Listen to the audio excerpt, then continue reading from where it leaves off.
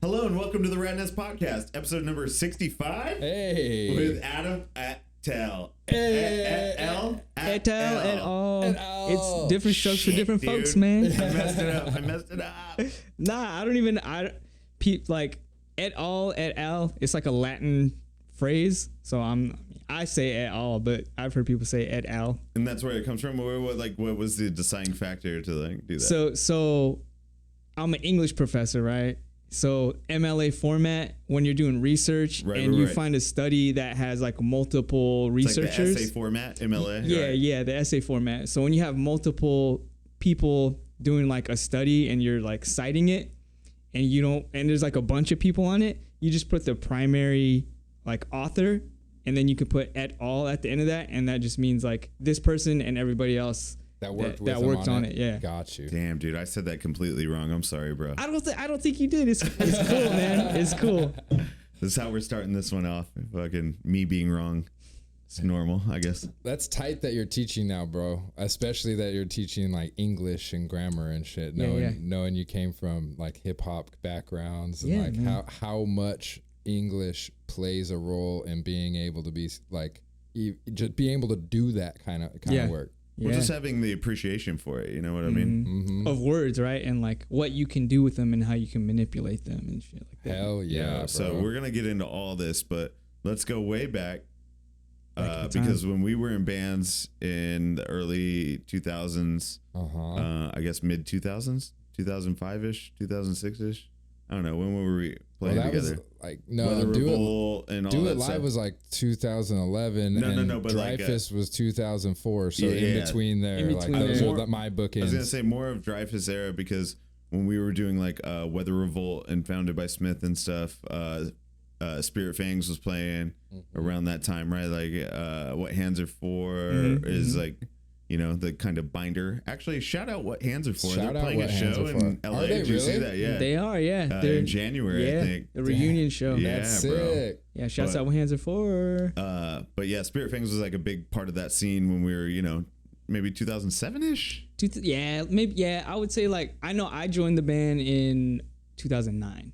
And they were maybe 2008 they started. Gotcha. Yeah, something like that. Yeah, so it was like, I don't know, just us building the community around here. And that's how we first met. And then obviously, well, to us, obviously, but anyone listening, you had a career basically as a rapper as well, hip hop artist, as Fame Kills. Yep.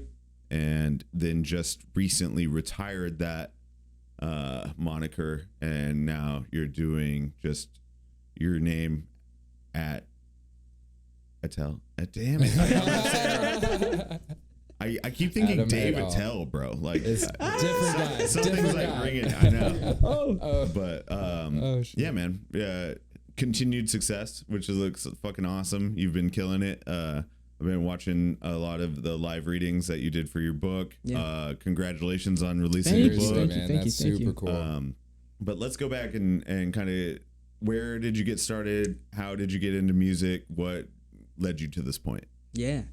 So going way back, even before we knew each other, I started getting into like making music around 11 years old. Okay. And it was purely like an escape from like family drama, right? Like I would go in the bathroom with a little boombox, and I learned how to loop like 30-second parts of beats onto a tape. So then, okay, now I have like an instrumental, and then I would have another boombox, and that's where I started like rhyming, like learning to rhyme and stuff like that. Oh shit, that young. And then I didn't, I'm an introverted person even to this day. And so I didn't really start putting myself out there until college. Like I would like give the tapes I was making in high school to like very close friends and stuff like that. And then wasn't until my final year of college when the dudes that I was living with, like we were renting a house together, and we threw a graduation party, and they were like, "You should perform, dude." Yeah. And I was like, "Oh, fuck." And I was like, "All right, let's do it." So I performed. That was like technically my very first time performing as Fame Kills, like just in general.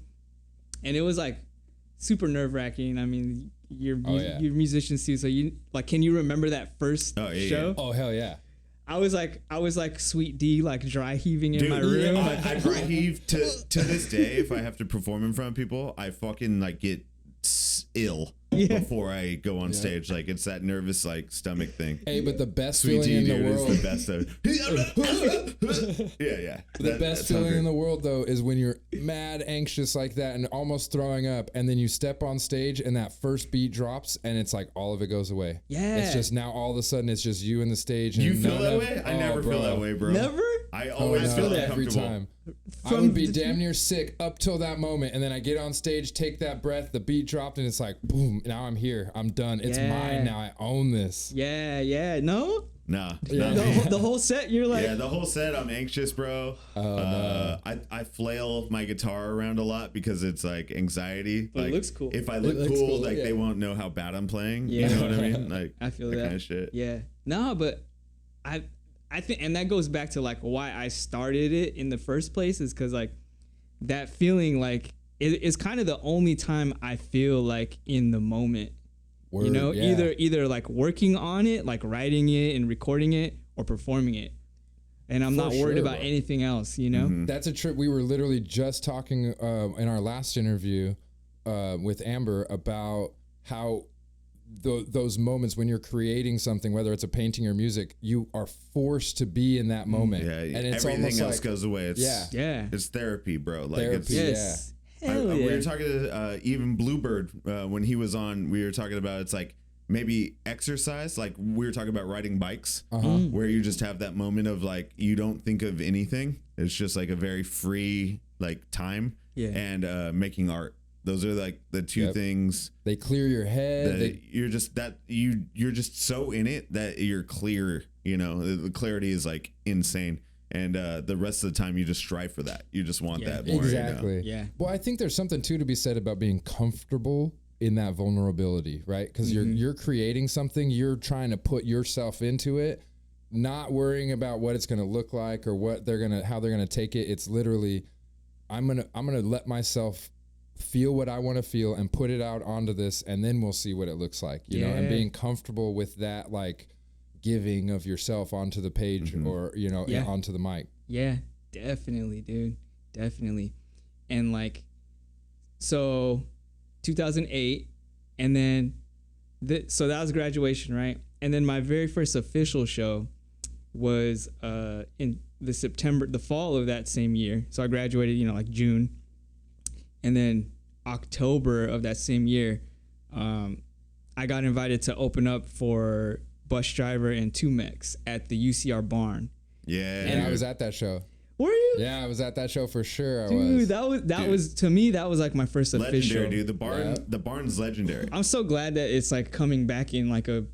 Is it? Yeah. Sick. Yeah, they're throwing shows there again. They remodeled it and stuff. I haven't been there since the remodel, but yeah. Dude, that show, that was the first time I'd ever heard or seen Bus Driver. And that shit blew my mind, bro. That guy, the way that he fucking does his word play and everything is just incredible. Yeah, absurd. Yo, and then you see him, fucking, he's on like Kanye tracks and shit, he's like just a big name. Like now you're like, oh, Bus Driver is like really fast lyricist. Like everyone kind of knows about it now. But back then, maybe not at the time. He was heavy underground though. I mean, big name, I guess. 2Mex underground, I mean, they were like at the ceiling of that, right? For sure. They were like the superstars of.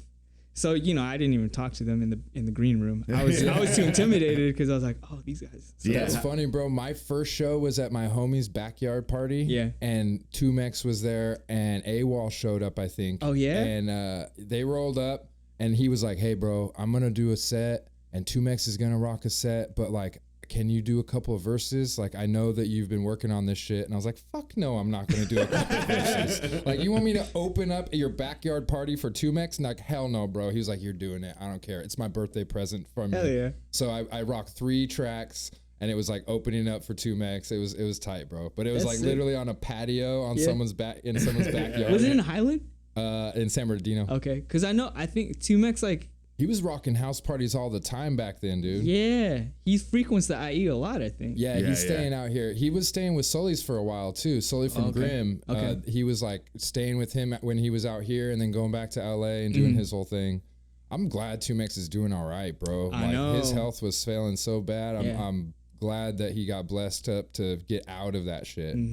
Continually thinking about him all the time, 2Mex. Yeah. Shout out 2Mex, the OG. Dude. Yeah. Fucking IE, like, you know what I mean? Bro. Like LA cat, but just claims the IE. Like He's like, if I lived anywhere else, it would be in San Bernardino. All right, dude. That's what's up. Yeah.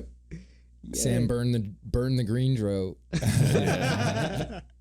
No, but so all right, go on. We're like 2009 at this 2009. Yeah, so like I feel like it's kind of commonplace for this newer generation now to be like an artist that dabbles in a lot of shit, you know, like Right. emo rap They're and just like diversifying like their self as an artist. Yeah, but back then I feel like it was not. No, it was linear. It was like one thing. Like right? you're in this box. You do. What are you doing over here? You're in a punk band or you're a rapper or like whatever it is. Like Yep.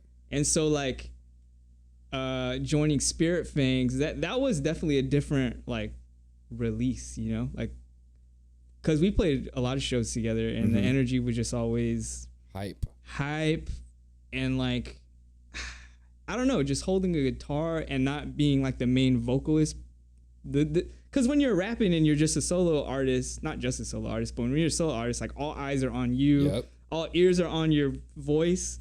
Like we were saying earlier, like I'm gonna mess up probably because I'm not the most talented guitarist. Right. But if I give you more, if I bear it out there, like it'll balance. It's gonna balance, especially because it's like, you know, we're playing shows where the sound isn't always the greatest, and no, we're always borrowing PAs and like seeing who has what equipment so we can do something. Yeah. It was DIY, bro. Like hell yeah, for real. Like the one thing I've learned about the Inland Empire is that there's a DIY culture because it thrives off the necessity to do something outside of what you're told to do, or cheaply. Like you got to do the same thing and you can't spend $1,000 on it. You got to do it yourself. But there's not music venues with stages and lights and equipment. True that you too. Put together everything you do out here. Yeah. You know, so like you were saying, 2Mex rocking on back patios, and like how many house shows did you play? You know,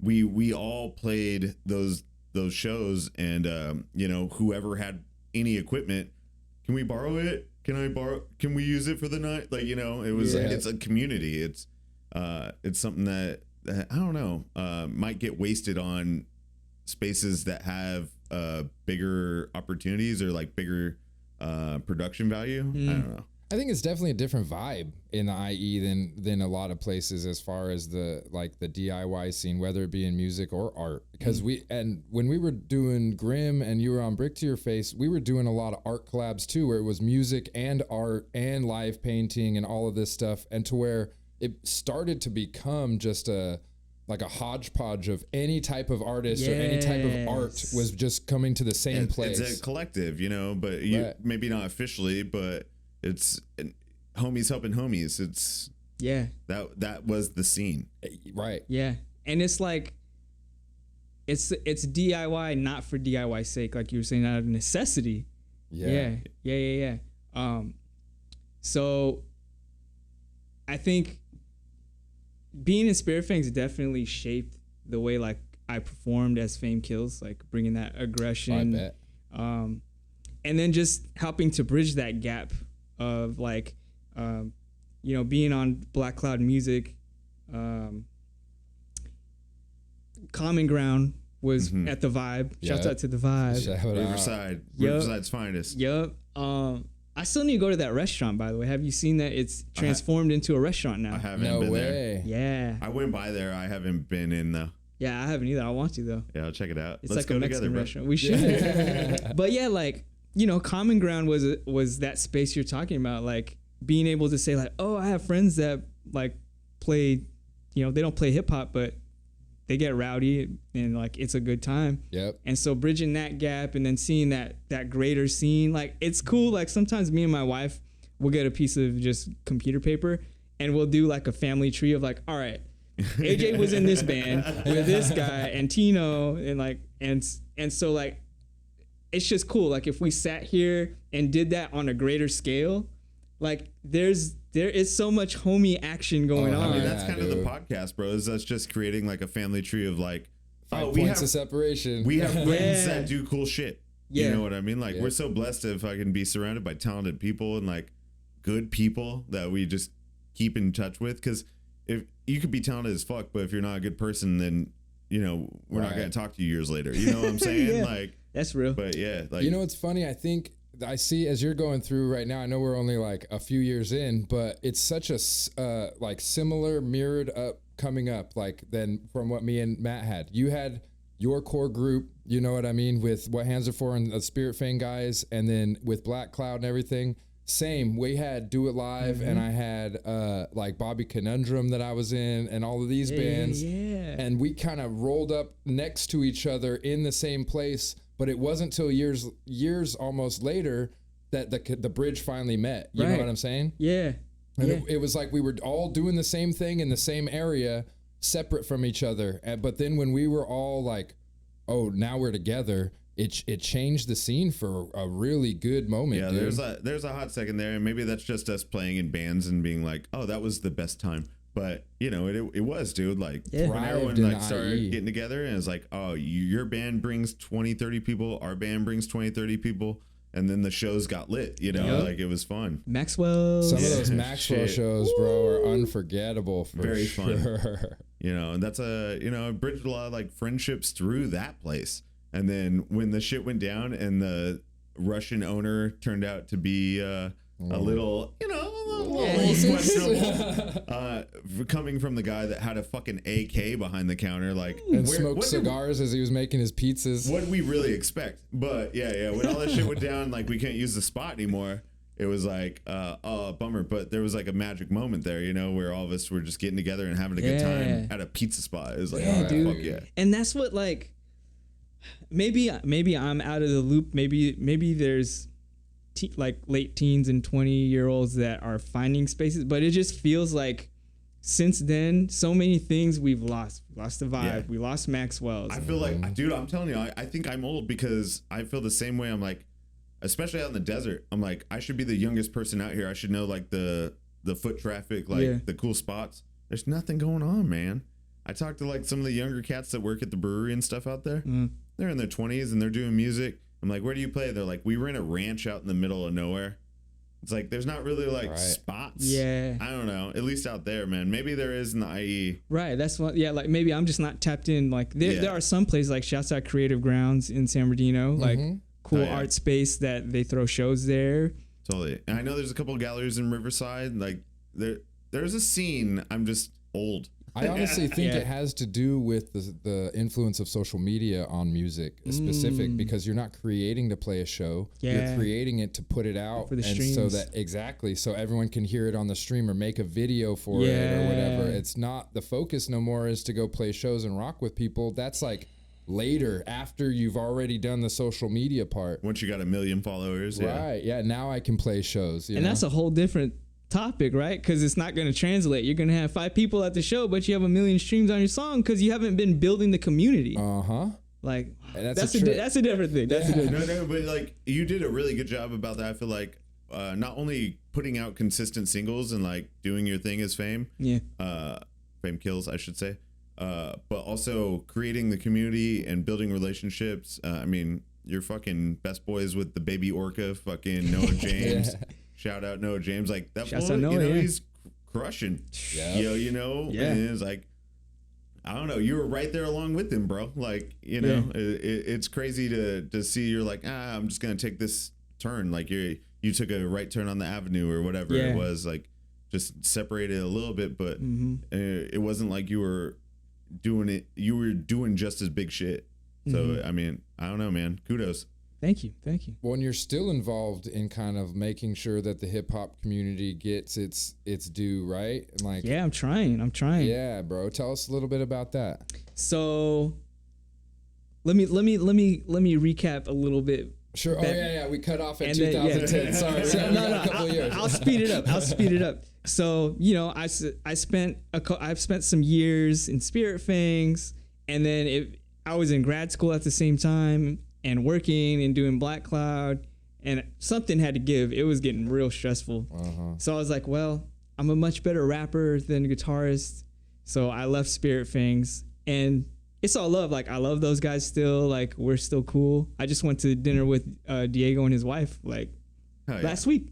Dope. Yeah. So, and then, you know, then Black Cloud dissolved a little bit after that, and then I graduated from grad school. And my in my mind, I always wanted to teach, but I wanted it to go a different way. I wanted to like have a career as a rapper, and then kind of be like, oh, you also have your degree in English, and like we want you here. Teaching career. Yeah, like the second life. Yeah. Like Ninth Wonder. Totally. You know, Ninth Wonder. Who else? Lupe Fiasco's teaching at MIT now. Oh no shit. Really? Bun B is at Rice University. So like I wanted. Yeah. I mean, I didn't know if I would make it to that level, but to a point where like a school would be like, oh, this artist also has this skill set. Let's bring him in. Like, that was in my mind how I wanted it to go. Honorary professorism. Yeah, that type of thing. But I mean, you know, it happened the way it happened. Music is hard. We all know that. Art is hard. In the words of Tim Kosher, art is hard. Hey, dude. Shout out Chris. You know what I mean? And so I had to pivot because I needed money. Right. Needed money. The starving artist lifestyle catches up. Yeah. What so were you doing for money while you were doing like music and stuff when you were going to school? Were you working like a shitty like job? I was working on campus. Yeah. I was working at the writing center, which actually was, without me, like in retrospect, that was like training me for being a professor. Because I was working with like all types of, I was working with the undergrads all the way to PhD candidates. So like I was like and I was working with all different majors too, like with their writing. So I was learning a little bit about all different kinds of subjects, right, and and how certain things are presented in different fields. Yep, and giving feedback. That's like, you know, that's a big thing. That's a big part of being a professor. Yeah, it's like how do you kindly tell a student how they can improve their writing without like crushing them, without criticizing too hard. Yeah, especially because a lot of students already, you know, at the beginning of semesters, I always, in like the first journal, I asked them like, well, what's your goals for the class? And a lot of students are always like, well, I'm not really good at English, or like I'm not good at this subject. And so like they're going in already with like that mindset, right? You know, that fixed mindset. How do you train them, or not even train them, but like encourage them. Guide, encourage, just like to, you know, not be down on yourself from the get-go. Yeah. And so speeding up to now, right? Like I was able to work my way into the community college system, and I was an adjunct professor for I think 3 years. Okay. Because I knew I wanted to teach, but I had never really had teaching experience. So I was like, let me see if this dip the toe, right? So, and for those of you that don't know what adjuncting is, it's basically like a part-time instructor. So, you know, no benefits. In SoCal, you're called a freeway flyer because you get like a lot of positions at different schools all over the place. Fortunately for me, I was only at the colleges and the Riverside Community College District. He has multiple campuses, or where are they at? Rancho, Fontana, Chino. Okay. And I think, damn, I didn't know that. Working on an Ontario one too. Trip. I think. Yeah. Yeah, I just knew him from the Ledges, bro. We used to go skate there when I was in high school. You at know the Rancho one? At the the one Rancho. like I always thought it was like almost like Fontana, but I guess it's Rancho. Yeah. You know, it's just a little further past yeah, there. North Fontana, the north side up against the mountain right there. Yeah, Yep. bro. Yep. Those were like famous ledges. Yeah, dude. You did that? Yeah. When I was a kid, bro, I used to be good, and then I broke my ankle, and I had surgery and shit, and I never been able to skate the same. Oh. Yeah, it sucks. That I was like, did you ever think you were gonna be famous? Like in my head when I was a little kid, I was like, I'm gonna get so good at skateboarding that I'm gonna fucking be pro, and that's like gonna be my life. Like I'll just be a pro skateboarder. Yeah. And then I just shattered my ankle at like 16, and like my dream shattered with it. Yeah. It's like, well, guess I'll never do that. Better just start drinking. Yeah, and then music came in, and I was like, I guess I'll just get high and play guitar. Yeah. Whatever. Yeah. So funny, bro. Yeah, dude, having to, for lack of a better term, like pat some of these 19-year-olds on the ass probably coming through college, I can only imagine is such a trip, because a 19-year-old today is so much different than a 19-year-old when we were younger, and like when we were partying and playing that music at that age, compared to like what they have access to and what they're exposed to now, has to be so wild, especially English. Like, okay, so you don't need to worry about really spelling at all because we have spell check. You need to learn how to write like a format, but that's kind of templated in every digital form anyway. Like, so you are, I'm sure, focused on making them feel confident, but also giving them a vocabulary. I would have to assume, right? Because I would think these kids come in there with the worst probably vocabulary in the world, especially after the pandemic. Like, you can see the difference. Oh, you can see the difference in confidence, in insecurity, in the social anxiety to be in person. Right. Like it's one thing to be shy. I was shy. I never really raised my hand in school, even in college. It wasn't until grad school when I was like, yeah, I'm here because I want to be here. Like, I want to learn as much as I can. This shit's expensive. Like, let me get my money's worth. Get the money's worth. Exactly. Get your money's worth. Yeah. But I mean, I was in my 20s by then, you know, like being 18 or 19. Yeah. I didn't really see the full picture of it, you know? Sure. And yeah, like you're saying, like vocab, like just, I don't know. It's interesting because in some ways, the new generation, they're more privy to like certain like social topics than I ever was at that age. Oh yeah. You know, like I remember my freshman year of college, like a professor asked me something about politics, and I'm over here like, no, I don't care about that. That doesn't affect me. And like, I swear I had the same conversation at one point as a professor, but from the professor end, and it hit me like, I was that kid. And it's like, I don't know. The best you can do is just try and guide, like you said, like choosing articles. Cause I teach mostly like the courses that are general ed. Like everyone has to take them, like English 1A, 1B. Right. Everyone has to pass through that, not just English majors, you know? So like you're saying, like prereqs, exactly. Like we're not really concerned with grammar and stuff like that because we're processing apps that can help you with that. Yeah. And they have like supplemental resources. We're really more like, let's get you, like my thing is like, I want you to find your writerly voice. I was going to say like the idea of the person almost like what they can actually do, what they're capable of, what, you know. What do you think about this and how can you translate how it comes out in your head into a coherent anyone can sentence. Write an essay.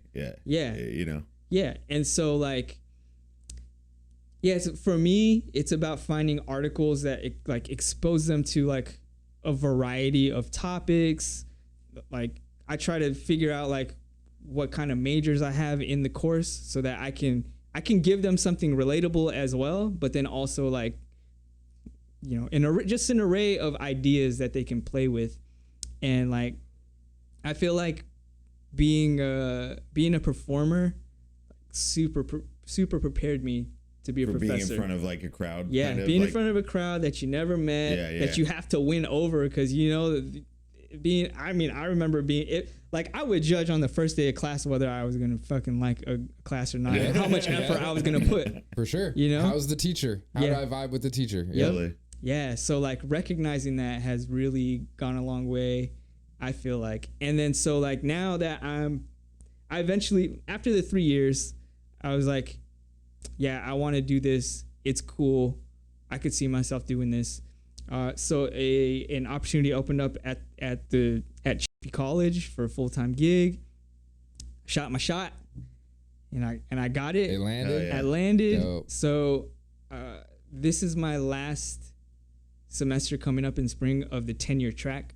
So next fall I'll be fully tenured professor. Dang, congrats! Thank you, man. So with that though, I've been able to do other things aside from the instruction in the classroom. Mm-hmm. So joining committees that help build the college community in specific ways, like the Zine Fest that's coming up, and the Hip Hop Studies Summit. Like finding ways to make students feel like they belong as part of that community, because like if you feel that, then you're more likely to excel at like whatever you're working at. Like truth, you'll be involved in the campus life, but you'll also hopefully be more involved in your classes, and you'll be more, oh, I saw that professor at the Hip Hop Studies Summit. Like I know that I can like reach out to him and like ask a question about my essay or something like that. Right. You feel more comfortable because you're involved in the same things. Yes, exactly. So that's what like at this, and like, yeah, I could have done that as an adjunct, but also it's like you kind of don't have the time because it's like so much grading, and then you have another school. Yeah, you're pulled everywhere. Yeah. You don't really have time to like really be part of the community. So that's what I'm grateful for, being full time there now. Like now I do have time, and plus I've honed my skills in being an instructor and feedback stuff where like, yeah, it's still like, yeah, I still have a lot of stuff to grade, but I have a system now, you know, so now I'm able to time manage better so that I can give time to these other community building activities, you know? For sure. And then bridging that gap between the actual community that these students live in, you know, the IE, and bringing in like you all, you're gonna hopefully come to be a part of the Zine Fest, right? We'll be there, for sure. And so showing them like, look, you can do this at to whatever degree you would like to. Yeah, right. It doesn't matter if you're just making it one zine, your first zine. Doesn't matter if you're representing people. It doesn't matter. It's just a community to learn from. Yes, exactly. That's tight. Yeah, so that's where I'm at right now. And then of course, cool. still trying to keep, like, that's the thing too. I feel like our generation, and I think a lot of us are kind of hip to it, like, or maybe I should say like our parents' generation, they kind of were like, work is work. Work is, you know, life. Like it sustains you. Like it doesn't have to be enjoyable. Right. Just do it. Yeah, and whatever you do, that's kind of how people perceive you. Like if you're a doctor, you're a doctor. That's how I see you. Like you're not. There's not a. We don't. I feel like we don't see each other for the multifacetedness that we exist as. You know what I mean? Your profession is your type, right? Yeah, that defines you. Yeah. And so like I don't want that. You know, like don't get me wrong. I am grateful to be a professor, and like whatever perception of that comes with that in a positive way. Like, oh, he must be smart or whatever. Like I'll accept that, sure. But like, well, you did the work, bro. I did the work. You did the work. But it's like, I still make music. Like I don't want to be just seen, and you can't control how people perceive you, obviously. But I want to do what I can to make myself feel like more than one thing, because that makes me feel more fulfilled. You know what I mean? Yeah. So well, hold up. So we were fucking started this off like from your history, but we didn't really talk about Fame Kills too much. Oh yeah. We were just getting there, and you know, at this point, it's like you're like, I still make music, but for people listening, you made music for years. Yes. As Fame Kills. As Fame Kills, and then just recently in the last 2 years, maybe decided to cut ties with that moniker or that name, and you know, go present yourself in this other way. But what led? Let's start in the beginning of Fame Kills, and then what led to the death of Fame Kills. Ooh, I like it. So, well, the name Fame Kills started as a gaming name, game moniker. Yeah, SOCOM. SOCOM, this first person shooter. Yeah, I never fucked with it. Me and the homies had the PSP. Oh shit! And Fame Kills. PSP, bro. People don't know. No. Oh, shouts out to the PSP. And so it started as that, and I was like, this will just be my rap name too. And it was also like, I did like a reverse like meaning thing, like a reverse rationalization of what it meant.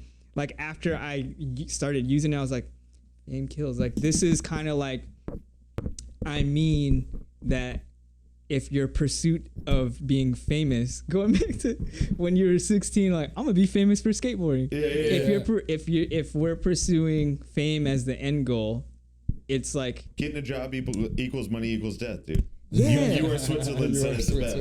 Yes.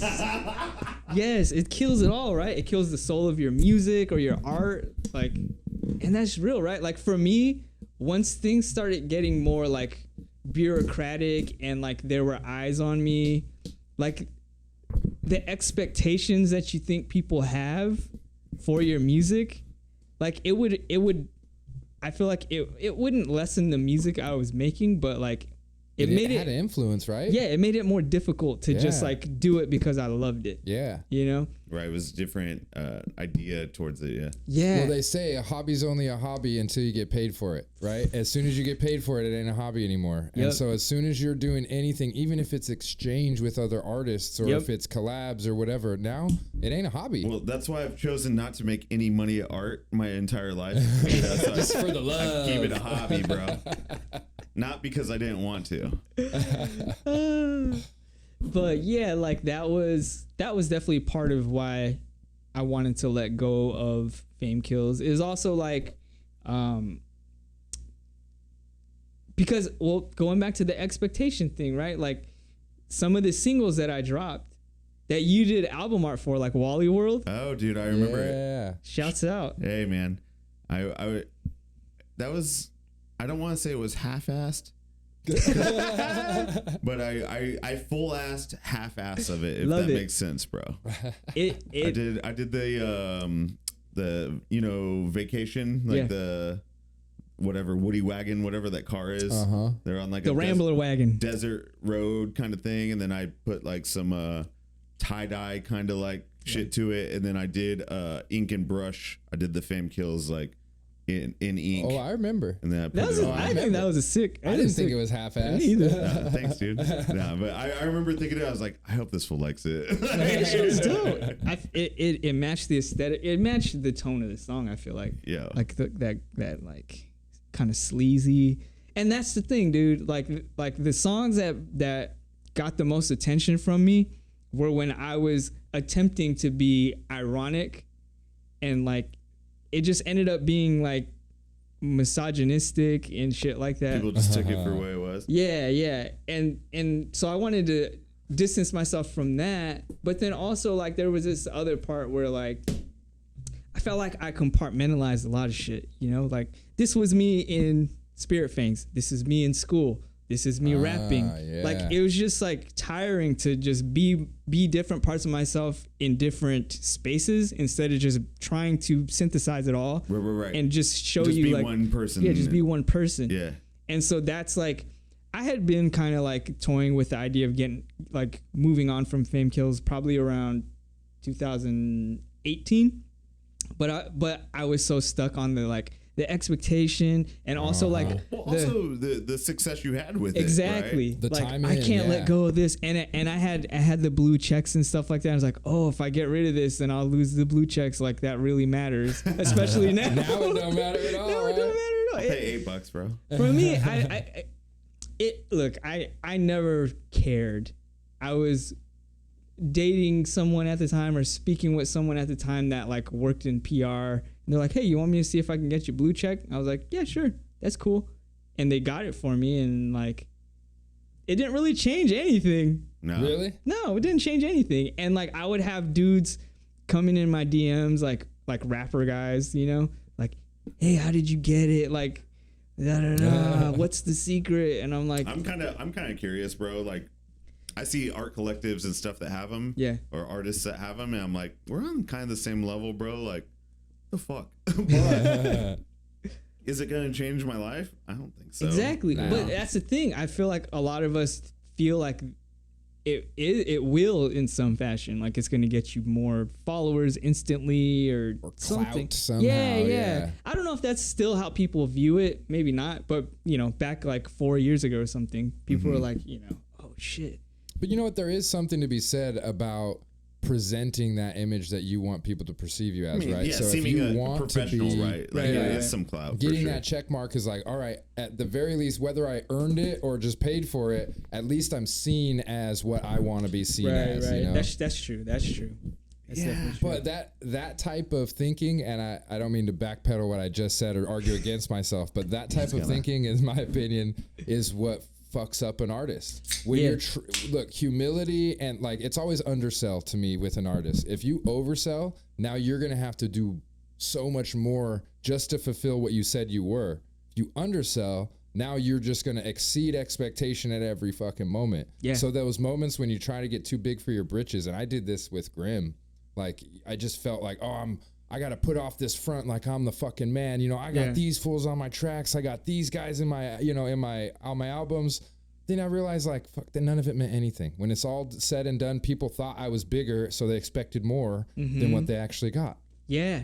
And I feel like from a community standpoint, not an audience standpoint, like if people see you in that regard, they're going to expect like, oh, if I fuck with him, that's going to help me. Exactly. You know, and it's like, yeah, it's like a pyramid scheme in a way, like, because like me too, like, oh, if I'm making music around this person, then it's gonna help me. But then we put the song out, and it's like, well, this is getting like about the same streams as the track. Now I just got more people asking me to help them. Yeah, yeah. So it's like, oh man.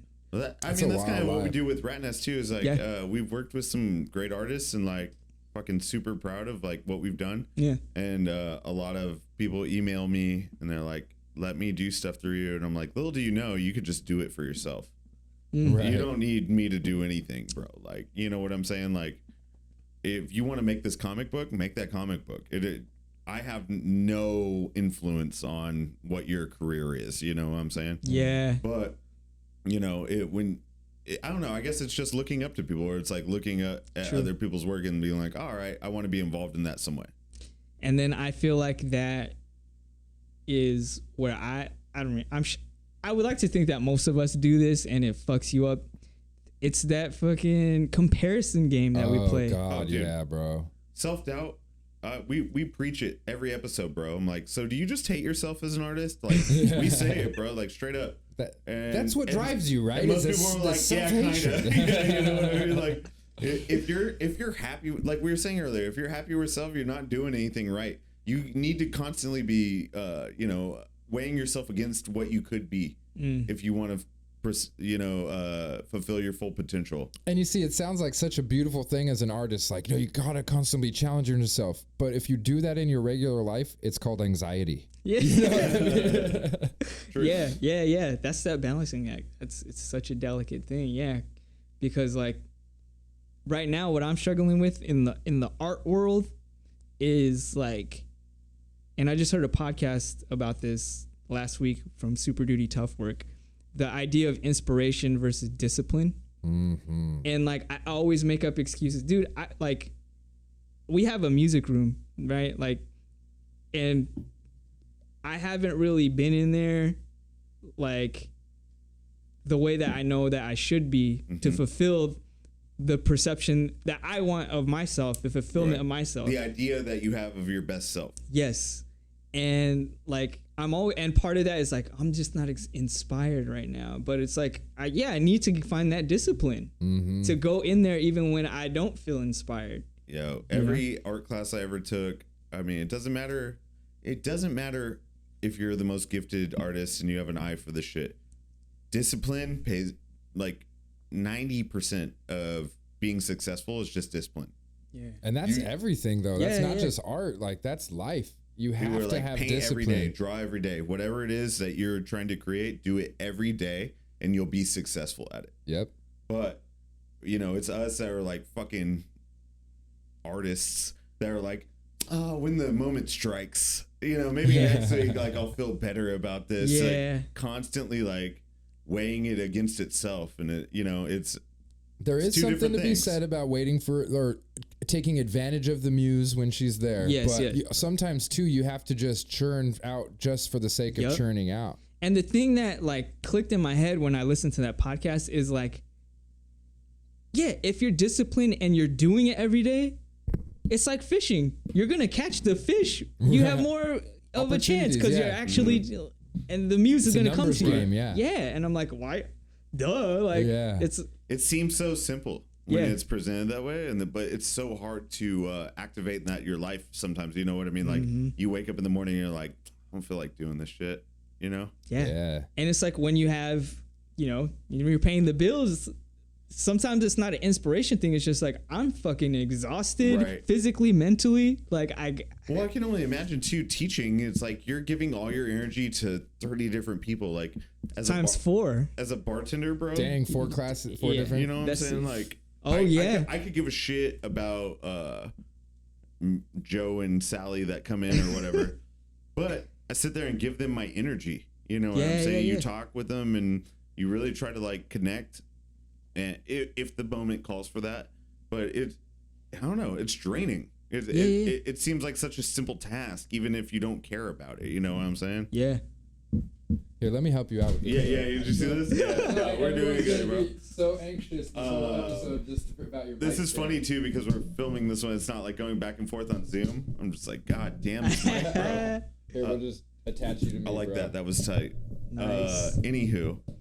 But yeah, as we were saying, like, so, all right, tell us about the death of Fame Kills. Yeah, so finally had the courage to just let go of it. Like, and I'm still, I feel like just as a person, I've always had trouble letting go of things.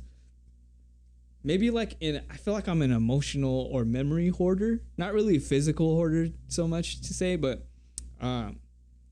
yeah, like I just think of, all the memories I built as Fame, all the connections I made, all the work I put in as Fame. The time into it, yeah. But it's that's like years of your life, bro. Yeah, like so I've made music and performed as Fame for, I want to say 14 years. Damn.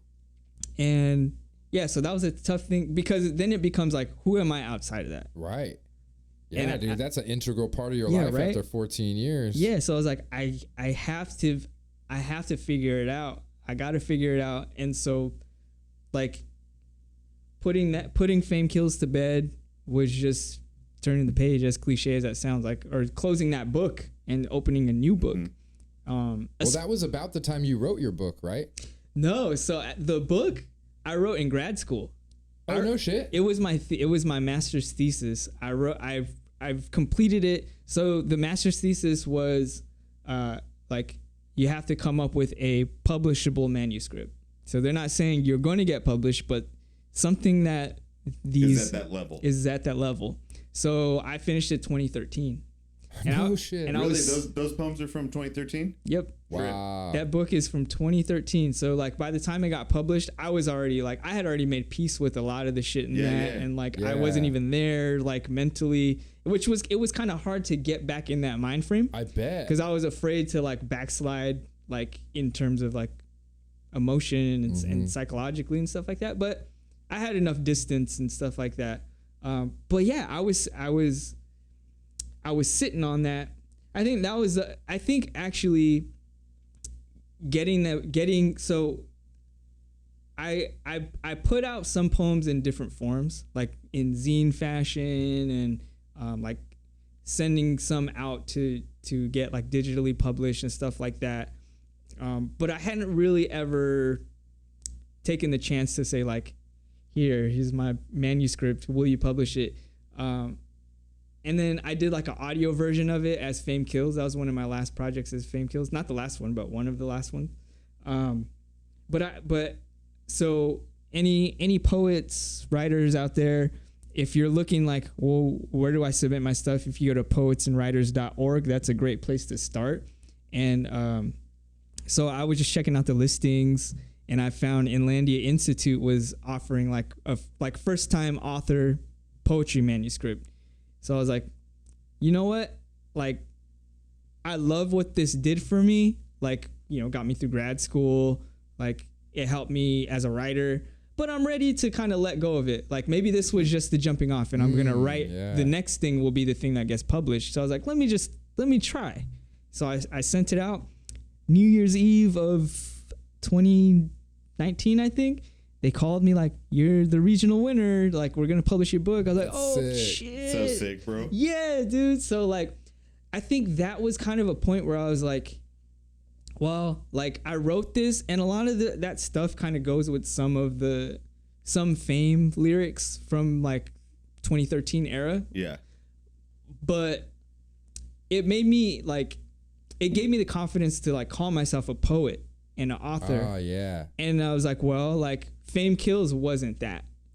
Yeah. He was, but it wasn't that. You know what I mean? Yeah. And so I was like, in a different lane. Yeah, you know in a different lane, yeah. exactly. And so I was like, that was, I think the becoming a professor and getting the book offer are two things that really inspired me further to say like, all right, let's. This is what I'm gonna take on. This is how I'm gonna present myself. Yeah, and really like, if we get into like the showbiz language, like I need a rebrand, right? Yeah. Like Sure.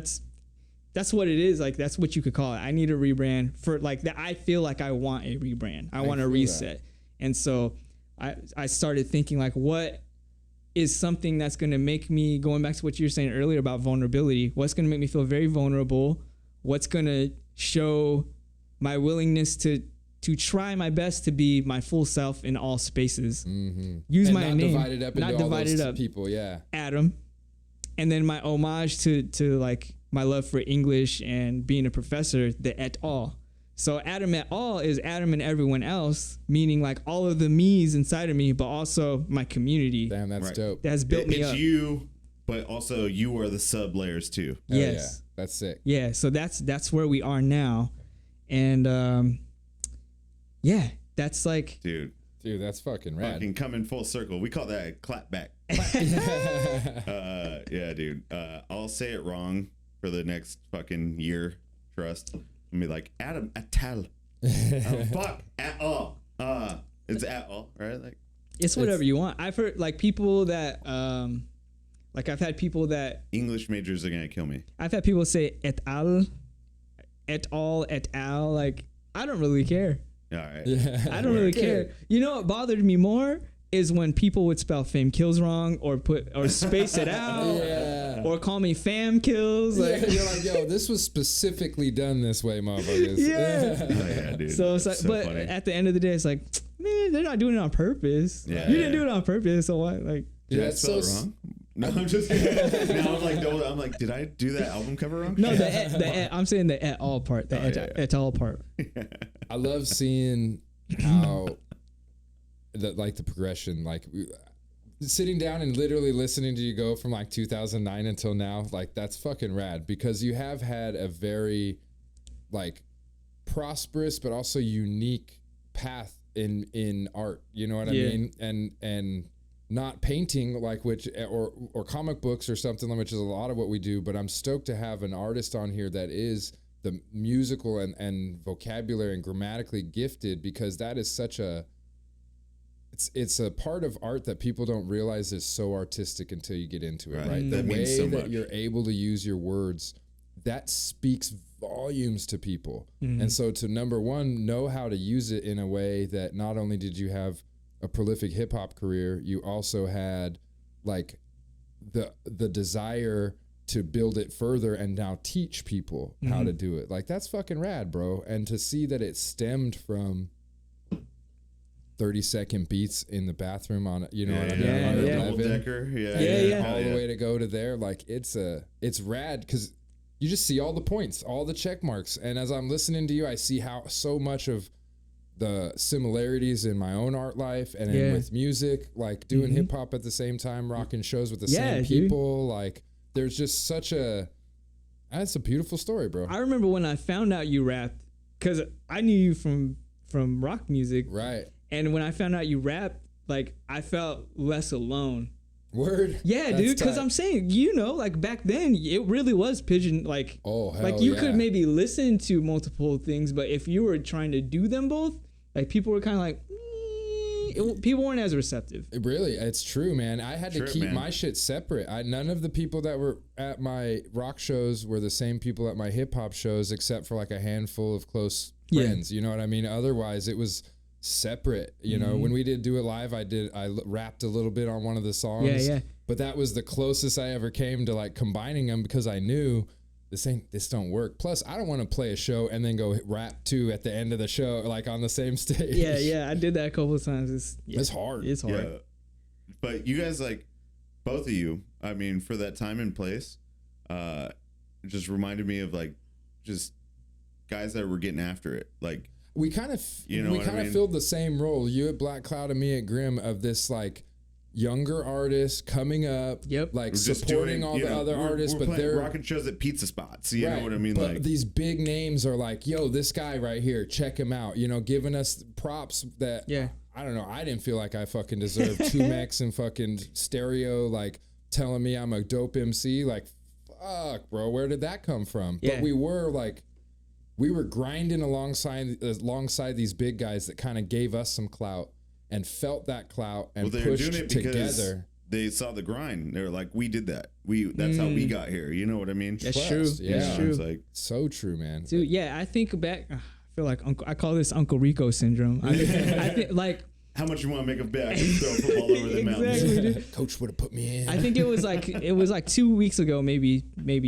I went in my music room, right, to try and get some writing done, and like I was kind of dicking around on my phone, and I started listening to like old Spirit Fangs on Spotify, and I went down this rabbit hole of like the 09 to like 12 era, and I was like looking at all the shit that I did, and I was like, dude, I was really prolific back then. Like you said, like we were like, so I don't know what it was. I don't know if it was the youth of us, or not to say that we're not doing things now, but it's like back then the drive is just so harsh. You can't help it. Like it pushes you out of your comfort What's zone. funny too when I see 19-year-old kids that aren't doing anything. They're just like, yeah, I'm a political science major. Sick, bro. That's fucking go to school, bro. How do you deal with all of that that's in you? Like you don't have any out we of were that. doing everything we possibly could. We were, painting, making music, fucking making zines, promoting shows. Working for other artists and supporting them. I made T-shirts and I would just give them away to like other people that I thought were rad. Yeah. So it's I'm like, you guys don't do this, and they're like, nah, we don't care. That's wild, dude. And but also, like, I feel like I'm just getting started in some ways. Like, I don't see, and this might be cocky, but this is just, I don't see Remyth being my last book. Like I have like a whole collection that is in various stages, and like, even with music, like I'm still exploring, now that, like, I feel like the name change also freed me up a little bit. Like I'm just exploring different sounds and stuff like that, different blending genres a little bit. Like I like pop music, dude. So like, Dude, I remember I listened to you on a podcast a couple of years ago. You did with somebody, and they're like top 5 songs, and one of them was Cardi B, and I was like, oh, this motherfucker just likes, like, he still likes radio hits too. You know what I mean? Like, as underground as you are, bro. Like, there's something to be said about that. And there's nothing wrong with liking pop music. Trust. My dream woman is Beyonce. Don't get me wrong. I'll listen to that shit all day, bro.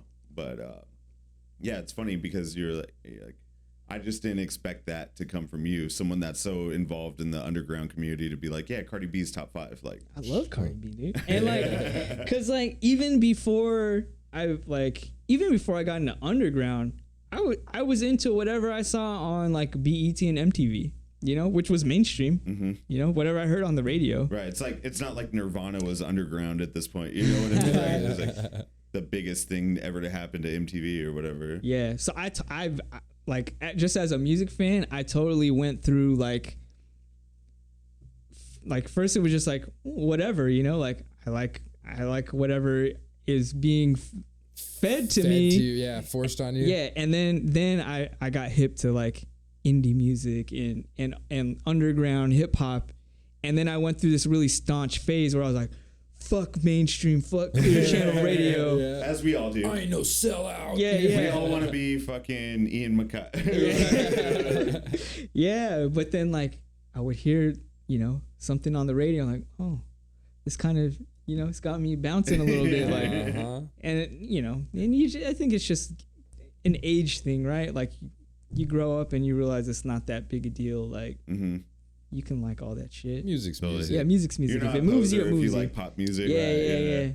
We're just so scared to be like the outcast when we're outcasts. You know what I mean? Yeah. Damn. Outcasted by the outcasts. Straight up, deep, bro. Like, we're like, we care about what the popular kids think because we don't want to care about what the popular kids think. Yeah, yeah. It's silly. But you got to go through that, right? Yeah. I mean, that's adolescence. That's, that's grown up. Yep. And that's what made us self-deprecating artists. Yeah, straight up, dude. All right, dude. Let's wrap it up, dude. Yeah, this is great, dude. Thank you so much for being here. This is fucking rad. That was a fast hour. All right, dude. This has been another episode of the Rat Nest Podcast. You can catch us every week on Spotify, Hulu. What else has? No, not Hulu. Not Hulu. Netflix, Paramount Plus, Peacock. For Tubi. the audio. Are you actually? Let's get. You have like website. You have Instagram. Any of that stuff that you want to shout out? Yeah. Ooh, what we didn't even get to talk about is shouts out Por Vita. Dude, fuck! Shout out Danny Porvita. Yeah, my guy Danny DeMayo out we in went Baton. to the same junior high. We were a couple years Richardson apart. Prep. Richardson Prep. Did you go to Richardson? I did not. Didn't go. I was on the wait list. And really? So then I went to King. Oh, okay. And then like you poor son of a bitch. 3 or 4 weeks later, they're like, "Hey, we got a spot." But I was already like, "Nah, this is tight." Like, I got my friends now. Yeah. Dude, Richardson might have been my favorite school, bro. Like, yeah. It was kind of tight. Okay. Just because everyone that I know or like met from there, or like know from there, a lot of them I'm still friends with. That's like true. More of my junior high friends I still keep up with than my high school friends. What? On trip, right? Yeah. So there's something about the Tigers. It. Yeah. Richardson Prep Tigers, baby. There's something about the Tigers. Let's go. Yeah. Yeah. I don't know how I got in. I think just because my brother and sister went, they like legacy had favoritism. Yeah. A legacy. Like, I know your brother. Are you like your sister or your brother? I'm like, I don't know. Right in the middle. I'm worse than both of them. Let me tell you. I almost got kicked out because it's like a prep school. So if you fucked up, like you got kicked out. And one time, one. I was on step 3, baby. Oh, there was a step system. Okay.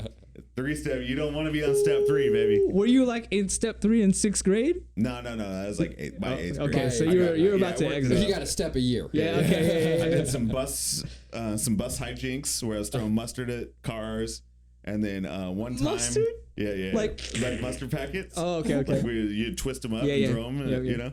And then one time I like blocked a teacher from like getting to the TV to turn the TV off, and that was a big violation. Oh my god! My mom got called in for that one. It was very bad. Well, this has been great catching up on your Richardson stories.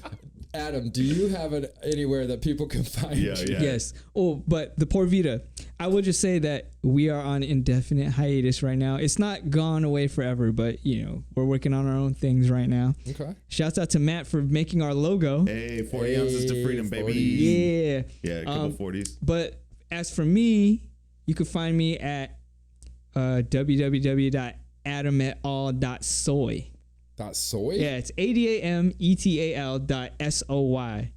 Never heard of that prefix or that suffix. Yeah. So, I mean, you can find my book, my music. Yeah, Remyth is available through Inlandia Distribution Publishing. Yep. And sick you can find poetry. Thank you, man. You can find it on pretty much any like Barnes and Noble, like all their websites. Like you can find it there. But if you want to send the bread to your boy, buy it from the web, from me, from my website, or if you want to support Inlandia Institute, buy it from them. Well, I'll let me pick up 6 copies, 10 copies or something, and then it'll be available on our site too. Oh, let's do it. Yeah. Yeah. Hell yeah. What else? Instagram is adam.etal. Twitter, I'm not even. Twitter is floating island. What's happening with Twitter, bro? But I'll just throw it out there. If anyone's, I still go on there. I don't really post, but I go on there. It's Adam_ETL. I'm also on TikTok, believe it or not. Oh, damn, you're a kid, bro. One of the kids. You are young, bro. I know. I mostly go on there to watch. I add content very minimally. Mostly I watch. It's weird. My TikTok stream, like I have one, but I'll look at it, and it's just either half-naked college girls or wiener dogs. Apparently, those are my 2 interests. The algorithm knows you, bro. I'm like, I'm pretty good with this. That's fine. Fuck it. I actually don't remember my TikTok handle. I think it's adam.etal also. I don't know. But yeah, those are the primary spaces. I'm mostly on IG and on my couch. Hell yeah. And we'll put all the links like in the description and shit. We'll, make sure people can find you. But fuck yeah, bro. Thanks again, bro, for being here, man. This is great. Thank you guys, man. Should I say it again? Take us out. This has been another episode of the Rat Nest Podcast. You can catch us every week wherever you stream your podcasts for the audio and on YouTube for the video. And go to ratneststickerco.com for zines, comics, books, stickers, and more. Jim. Dude, that one was way better. All right. Jim. Oh, that was tight, nice. Space bar me. Again.